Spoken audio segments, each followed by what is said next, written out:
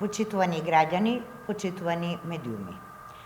Го повикуваме пратеникот Антонио Милошевски во својство на председател на матичната комисија да не го блокира законот за рестриктивни мерки во Македонското собрание.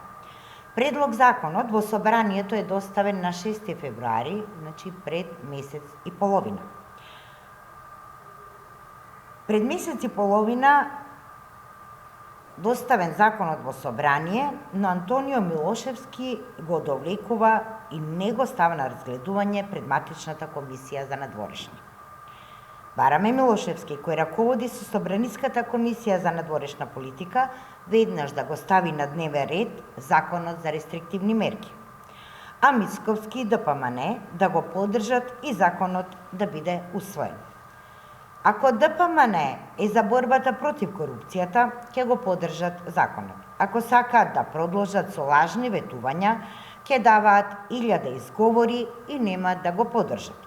Последната одлука на нашиот стратешки партнер, Соединетите Американски држави, за црната листа е уште една потврда зошто итно е потребно се донесе законот за рестриктивни мерки.